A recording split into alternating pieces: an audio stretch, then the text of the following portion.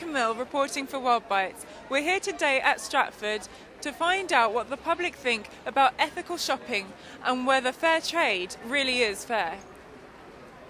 Do you buy into ethical shopping and labels like fair trade? Yes, I do. I think they're a really good idea. I just like what they stand for, really. It's at Christmas. I think now everyone's all about the presents. You know, like my nephews and nieces, like last year, they had them stacked up against the wall. They didn't touch them, and they could have been donated to kids all over the world who don't have anything on Christmas. So I think it's a good idea.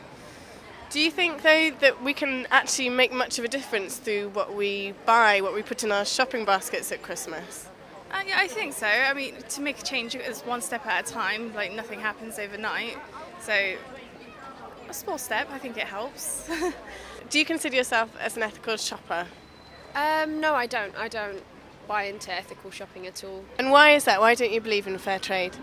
Because it's not investing in businesses over there. It's just it's sort of going round in the same circle. There's no progress. There's no investment. They're staying where they are, really. And ethical shopping, it's just they've got all these conditions attached to how they can be a fair trade company. I mean, it sort of defeats the purpose. What do you think about ethical shopping? Is it something that you do regularly? Not anymore, I don't. Not anymore. So why is that? Why have you stopped shopping ethically? I had an opportunity to actually go to Kenya, Africa, back in 2007, and there I actually saw the other side of ethical trading, fair trade, and it was a group of farmers who produce tea, and some of them were actually literally begging the government to actually change the laws where revolving world trade, because they couldn't go to supermarkets so that they can actually sell more of the produce without actually compromising the fair trade position. And because of that, I just feel that it's unfair. It keeps you basically poor. If, for instance, they're giving goats, like I've heard or something, that's patronizing, that's insulting. We live in a very competitive world, especially when it comes to exporting, agricultural produce. And I know, because I'm African, I'm from Nigeria, and I know that, for instance, that most kids, that even those kids they use, in trying to, cultivate this, cocoas and things like that, that they finally export to the Western world, most of them don't even know what chocolate is all about. They can't even afford to, have a decent chocolate. And, put it this way. In this country, we have chocolate. In the Western world, we have chocolate. All over the world, we have chocolate. But in Africa, we don't even have chocolate. That even those farmers cannot even afford to do that, because it's not a fair trade anymore. When you get all of these raw materials, like the cocoa from Africa, and we bring them here, we manufacture the chocolates. And what do we do sometimes from the Western world? We export this chocolate, and they can't even afford to, So where's the fair? I think there's a fair trade office as well. The fair trade officers would get paid, wouldn't they?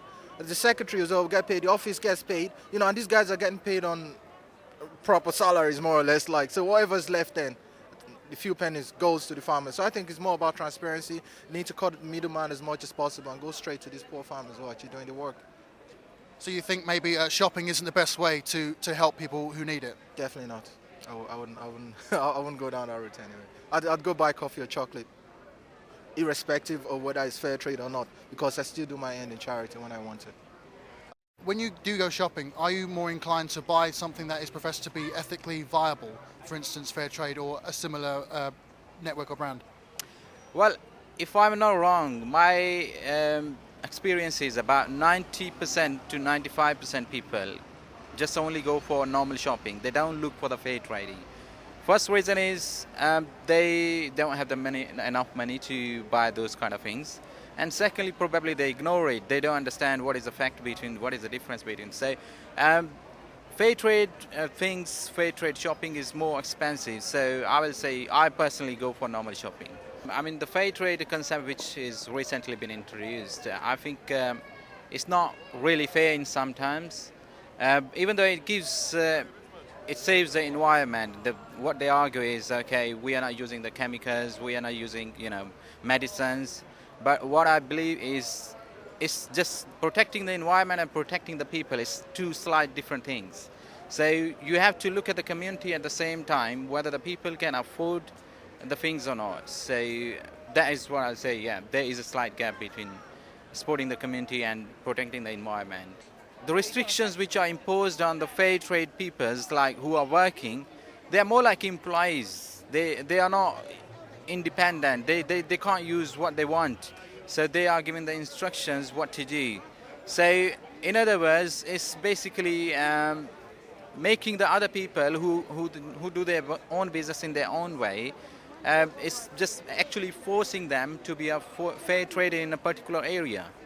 Did you know that there are also conditions attached to the fair trade label in terms of the way in which the farmers farm? For example, they're not allowed to use pesticides or chemical fertilizers. I think they've called it the wrong thing. It doesn't sound very much like fair trade, does it? But it's quite concerning that they put restrictions which effectively mean that the businesses or the farms or whatever, the enterprises can't grow. That's a concern, because when you do something like that, when you go to business commercially, you want to grow, and if you're entering into an engagement which is restricting you, that's quite contradictory. Does that mean that buying fair trade isn't really about helping the farmers, it's about making us feel good? That's a very good philosophical question, which if you try to answer may lead to an existential crisis, because then you're going to ask all kinds of questions about what are my intentions, what are my purposes, what fulfills me, and oh my goodness, what are we doing on this earth? I think it comes down to what Adam Smith and I think Hume would have said many centuries ago, is that it can be possible for an individual to find self-fulfillment through helping others. So perhaps the greatest form of self-fulfillment comes from altruism. And I think Aristotle would have said this in his Nicomachean Ethics as well, that basically one of the ways of finding happiness is to serve other people.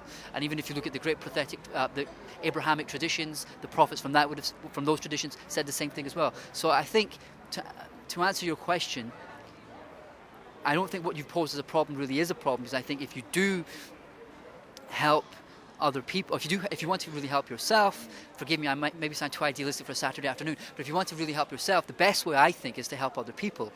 And we need to make sure that the mechanisms for helping other people, such as fair trade, really are helping other people, and thus helping us to help ourselves as well. Is ethical shopping and brands like fair trade something that you buy into at Christmas time?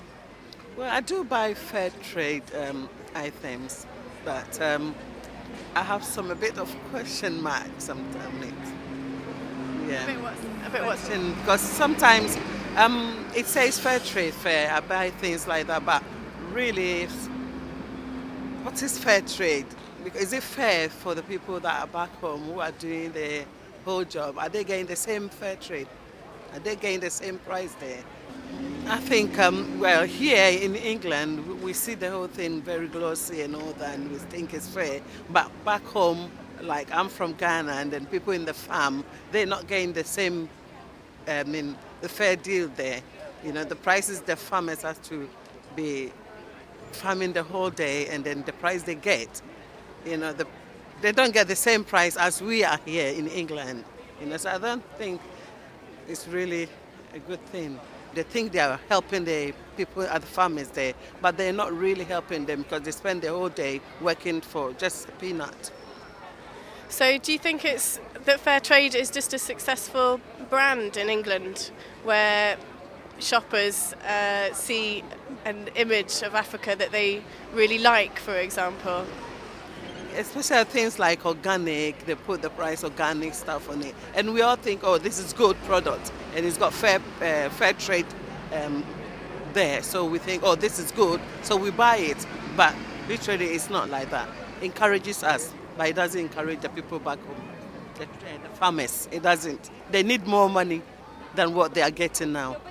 Do you consider yourself to be an ethical shopper, or do you buy into labels like fair trade? No, I don't.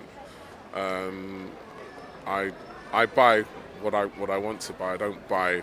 I see the labels, but it doesn't actually encourage me to. There are very few products that I would actually go out and buy because they've got a fair trade mark on them. And why is that? Well, I don't know what difference they actually make to the actual farmers, the people actually, you know, who actually produce these goods, like coffee, tea. Another example is flowers in Kenya and things like that. I don't know what difference they actually make. Is that because you're not sure, or because you're not convinced that fair trade actually are a fair trade company, like what they say on the label, as it were? I suppose I'm not convinced. I mean, if we look at Africa, we're still sending aid to Africa. We're still having, it's not developed despite all the publicity about agricultural development. And actually, the actual price of these goods doesn't seem to make a difference to the farmers. The distribution of the goods, the price is actually decided in stockbroking rooms in London, in the city, by someone with a shirt and tie who makes much more profit in a second than they will make in the year that it takes them to grow these crops.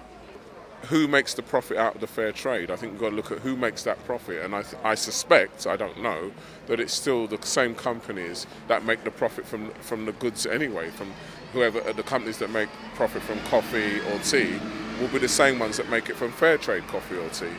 And it's in the city that it's made. It's not made by the farmers. It's not made by the people that produce it and the communities that produce it. Yeah, I don't know what's fair about it at all. What do you think about ethical shopping and fair trade? Are you into it? Yes, I am, insofar as if I can get what I want that's fair trade and I can afford it, I would always do fair trade or ethical over anything else. And I positively boycott certain companies if I know they've got a bad track record. What do you think about ethical shopping and fair trade? Are you into it? Honestly, at the beginning I was into it, choosing between two different products, one fair trade and another one. I would have chosen the fair trade product because I did really think that can change things. But now that I know more about it, I've quite changed my mind. Now I really think that it's a thing about Westerners, people maybe feeling guilty about what they have. And I mean, lots of charities that, in the run-up to Christmas are saying, hey, instead of buying your friends and family a Christmas present, why don't you buy, for example, a goat for a poor family in a rural part of the world? What do you think about that? Yeah, I saw that. I think it's crazy. It's like, it made me laugh. I don't know how people can take it seriously, because a goat, I don't think can eradicate poverty with giving people a goat. They can have milk, that's, well, great, but I think they deserve more than that, and they want more than that. I think they should just donate the money straight to the people that really need it, because I don't really believe that's going to help them in the long run. We just make ourselves feel good, oh, I bought fair trade, and yeah, it's cool, but it's not, I don't know. Do you think things like ethical shopping and fair trade, what you put in your shopping trolley is going to change the world? I don't know if it's going to change the world. It might make people feel better. People in the West? Yeah, people in the West predominantly. You see fair trade next to companies which don't deserve to have fair trade next to them. I think even Nestle's has got a fair trade emblem. That's true. Mars is now fair trade, so you can buy you can eat Maltesers and feel good that you're helping farmers. So are you quite sceptical then about whether fair trade actually makes claims which it doesn't back up in reality? I am. I tend to look at, okay, if it comes from Nicaragua, there was a time when everyone on the left bought Nicaraguan coffee because we wanted to help them. And that's, I don't know the situation now. I suspect that is no longer the case. So I suppose I still go with it on the basis it may be better than other ways of doing things. But yes, I have got a lot of skepticism now. I see those big name companies have it. What's that about? It has been a good marketing ploy, but the more people hear about what is really going on, it will lose it will lose that. Maybe that's a good thing. Maybe we need to change the world. What I think the poorest people would want in Christmas is hope. That's what they want. In that the next day there will be something that they can put on the table for their families. The following week they may be able to buy something for that little child in their family to have a smile on their face. I think that's what they want, hope. And it's a very interesting question. Do they actually want what we have? Because I was just watching TV last week of in Japan. What's happening with the youth in Japan is they're migrating back out of the big cities, where they're finding that life is not what they expected. They're migrating back to the plantation. Some of them are actually finding out how to become farmers again. See, because that's the thing. So we have this concept in the West that what we will have And what we want is what everybody else wants. Now, is that what we're sure about? Does everybody want to be able to sit down at home and watch MTV 24/7? And are we really happy? Do you think people who buy into fair trade are of the belief that they're doing something better, they're giving a bit of hope at Christmas time? You know what, I used to be one of those fair trade shoppers. You know, I wouldn't say that I'd pick the fair trade coffee or whatever item over others, because price is what really makes me buy something or not. But I would say, you know, the whole idea of giving hope to those poor Africans is so patronizing. You know, it's so stereotypical, and I think it comes from the idea that we're not equal to them and they're different to us, and you know it just feels incredibly patronizing. And really, I reckon that those, you know, poorer people in India, Africa, you know, who are marketed by the whole fair traders, they probably want the same thing as us. You know, they don't really want to do the back-breaking work and, you know, bending over for a whole day with the produce on their backs. They don't really want that. I mean, who really does want that? I mean, I remember watching a video, and the person from the Divine Chocolate said that, you know, this is what the Africans are used to. You know, they're used to chopping coconuts and they're used to using machetes and all that type of thing. But it's because they're not given any other choice. Because when you are a fair trade producer or whatever, farmer, you have to stick to these strict regulations, which means that, you know, it doesn't promote any growth. You know, you have to stick to those very old school, what can I say, machines. So what you're saying is that people don't need hope.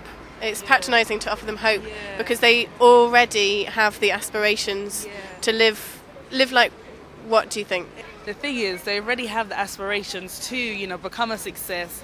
You know, I mean, I've watched a few videos about fair trade, and one of the points raised from a mother was that she doesn't want her child to, you know, be on the farm. She wants her child to go to university, to study about new ways of making machines to, you know, plough the earth. I mean, these machines do exist, and I think these are the machines that those people in like India and Africa and the developing world need in order to develop as a nation. I don't think they should be struck down and kept to using those, you know, hand tools. I mean, us in the West, it's a great marketing tool, isn't it, fair trade? Because it means that you can have pictures of them, you know, in the earth, chopping the land, and, you know, the smiling African or Indian or South American woman. You know, it makes us feel like, yeah, you know, we're doing something great. But, you know, really, how much are they being paid? Probably, you know, not that much. How about charities that offer training? I just think it comes from a real negative and imperialist ideology that we over in the Western world must go to, you know, the developing world and teach them, you know, how to live their lives. Because I'm sure they already know, but they just don't have the money. And what we should really do is invest the money into, you know, allowing them to develop for themselves. Because I think that's the key, them developing for themselves, really. Because, you know, I think they know what to do. I'm Katrina, and I'm reporting in Stratford for WORLDwrite. What I don't believe a word.